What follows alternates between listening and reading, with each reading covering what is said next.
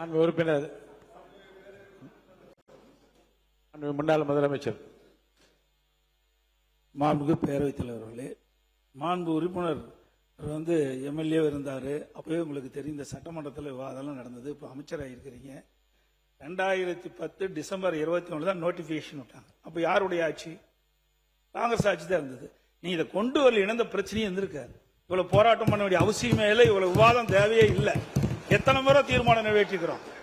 அதிமுக தீர்மானம் நிறைவேற்றியது, திமுக நிறைவேற்றியது, இப்பொழுது இந்த அரசு நிறைவேற்றிருக்கிறது. இப்படி எல்லா அரசுகளும் மாறி மாறி வருகின்ற பொழுது ஒரு தீர்மானத்தை கொண்டாந்து நிறைவேற்ற வேண்டிய நிலை ஏற்படக்கூடிய சூழ்நிலை ஏற்படுத்தியது மத்தியில் இருந்த காங்கிரஸ் ஆட்சி. ஏன்னா அப்பவே இந்த மக்களுடைய பிரச்சனை, மாணவருடைய உணர்வை புரிஞ்சிருக்கணும்ல, மாணவர்கள் கஷ்டப்படுவாங்கன்னு உங்களுக்கு தெரியும்ல. கொண்டு வந்த பிறகு ஒவ்வொரு அரசும் போராடி போராடி தான் இந்த பிரச்சனை நம்ம உருவாக்கிட்டு இருக்கிறோம். அது மட்டும் இல்ல, உச்ச நீதிமன்றம் அளித்த தீர்ப்பு நம்ம முரணா நடக்க முடியாது. அதிமுக ஆட்சி உச்ச நீதிமன்ற தீர்ப்பு அளிக்கப்பட்டது. அப்ப யார் நீட்டுக்கு ஆதரவா வாதாடினார் என்று நாட்டு மக்கள் அனைவருக்கும் தெரியும். அந்த தீர்ப்பு வந்த பிறகு வெளியில நான் யாருடைய பெயரை சொல்லலைங்க, யாருடைய பெயரை சொல்லல, உச்ச நீதிமன்றம் தீர்ப்பு வழங்கின பிறகு வெளியில நீட்டுக்கு முற்றுப்புள்ளி வைக்கப்பட்டது என்று ஒரு வழக்கறிஞர் சொன்னார். அது எந்த கட்சியுடைய மூத்த அமைச்சராக இருந்தார், அவருடைய மனைவி சொன்னாங்க. இப்படி நீட்ல வரலாறு இருக்குது. அதிமுக நீட்டை அறவாக தமிழகத்தில் விலக்களிக்க வேண்டும், நீட்டுக்கு முழு விலக்களிக்க வேண்டும் என்பதுதான் அதிமுக கொள்கை, அதுதான் நிலைப்பாடு. அதற்காக உண்டான முயற்சி நாங்கள் எடுத்தோம். தொடர்ந்து பேசலாம். பேசிட்டாங்களே போதும் சார். சபாநாயகர் சார், பேரவைத் தலைவர், ஒரு சின்ன ரிக்வெஸ்ட்.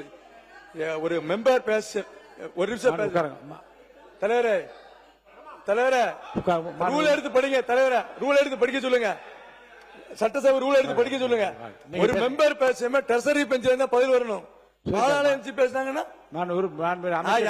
எங்க அப்பா கூறுக்குள்ள இருந்த மாதிரி இவங்க பேசிட்டு இருக்காங்க. இப்போ நீங்க சொல்லவே இல்லையா, கட்சியை பத்தியே பேசவே இல்லை. எங்க அப்பா கூறுக்குள்ள இவங்களே வெளியே வராங்க. பேசலாம் சார். சுப்ரீம் கோர்ட் ரூலிங் கொடுத்திருக்காங்க, சுப்ரீம் கோர்ட் ஜட்ஜ்மெண்ட் இருக்கு. அடுத்து அதேபோல் தமிழக வரலாற்றிலே முதலாக 11 மெடிக்கல் காலேஜை கொண்டு வந்த பெருமை மாண்புமிகு எடப்பாடியார் அவர்களை சார். ஒன்றல்ல ரெண்டல்ல 11 மெடிக்கல் காலேஜ். இதற்கு மேல ஒரே வருஷத்துல நீங்க என்ன நிறைய பேர் சொல்லுவாங்க, எடப்பாடியார் கொத்தடிமை, அதிமுக கொத்தடிமை எல்லாம் சொல்லிட்டு போங்க. எது பண்ண நாங்க சாதிச்சுட்டு போனோம். நாங்க அதான் என்னைக்காக உங்களுக்கு சொல்லிருக்கோமா? ஆக இதே முதலமைச்சர் இருக்கும் பொழுது இத்தனை சாதனை படைத்தவர் தான் எடப்பாடியார் அவர்கள். இந்த சீட்ல 1 2 அல்ல 11 மெடிக்கல் மருத்துவக் கல்லூரியை கொண்டு வந்திருக்கிறோம். நாங்களும் பல இடங்களிலே பேசியிருக்கிறோம், பல இடங்களில் சம்பந்தமாக தொடர்பு கொண்டிருக்கிறோம், நீட்டு சம்பந்தமாக தொடர்பு கொண்டிருக்கிறோம். ஆக நான் மருத்துவத்துறை அமைச்சரிடம் கேட்பதெல்லாம், தயவு கூர்ந்து நீங்கள் இருக்கக்கூடிய மருத்துவக் கல்லூரியில் இருக்கக்கூடிய மருத்துவர்களை, நான் 100 தான் இருக்கு, அவங்களை குறையும் சொல்ல முடியாது, டாக்டர்ஸ் ரெக்ரூட்மெண்ட் பண்ணி உடனடியாக நேர்ப்பதற்கு வழிபாருங்கள். ஸ்டாஃப் நர்ஸ் கடைசி 2025 தேர்தலில் பார்த்தீங்கன்னா எல்லா இடத்துலையும் டாக்டர்ஸ் ஸ்டாஃப் நர்ஸ் சைக்கிள்.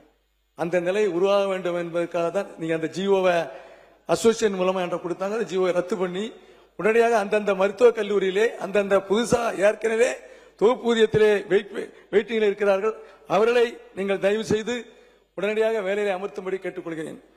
வருவாய்த்துறை அமைச்சர் அவர்கள் பேசும் பொழுது, வருவாய்த்துறை அமைச்சருக்கு ஒரு இன்ஃபர்மேஷன். எங்களுடைய எடப்பாடியார் அவர்கள் இருக்கும் பொழுது தமிழ்நாட்டிலே வரலாற்றில் இல்லாத அளவிற்கு 6 மாவட்டத்தை பிரித்த பெருமை எடப்பாடியார் அவர்களை உண்டு என்பதை நான் இந்த நேரத்தில் பெருமையாக சொல்ல கடமைப்படுகிறேன். எங்களுடைய ஒரே ஒரு கோரிக்கை, எங்களுடைய மாவட்டத்திலே, அது என்னுடைய தொகுதியிலே அகசீஸ்வரம் தாலுக் என்று ஒரு தாலுக் இருக்கிறது.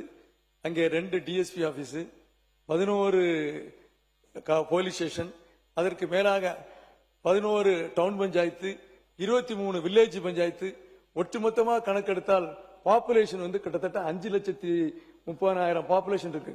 ஆகவே நான் என்னிடம் வைக்கக்கூடிய கோரிக்கை எல்லாம் அந்த அகசீஸ்வரம் தாலுக்கா 2ஆக பிரித்து நார்வலை ஒரு தலைமையிடமாகவும் அகசீஸ்வரத்தை ஒரு தலைமையிடமாக வைக்க வேண்டும் என்று உங்களை நான் கேட்டுக்கொள்கிறேன். அதற்கு மேலாக இங்கே பேசினார்கள், சமூக நல திட்டத்திலே நான் கடந்த காலத்திலே இருந்து சொல்லி வந்து வருகிறேன், பல இடங்களில் பேசியிருக்கிறோம். 33 லட்சம் பேக்லாக் இருக்கு. திண்டிவனத்தில் மட்டும் 1 லட்சம் கொடுத்திருக்காங்க. அது போக 29 லட்சம் பேருக்கு பேக்லாக் பென்ஷன் கொடுக்கலன்னு அது தொடர்ந்து கொண்டே இருக்கிறது.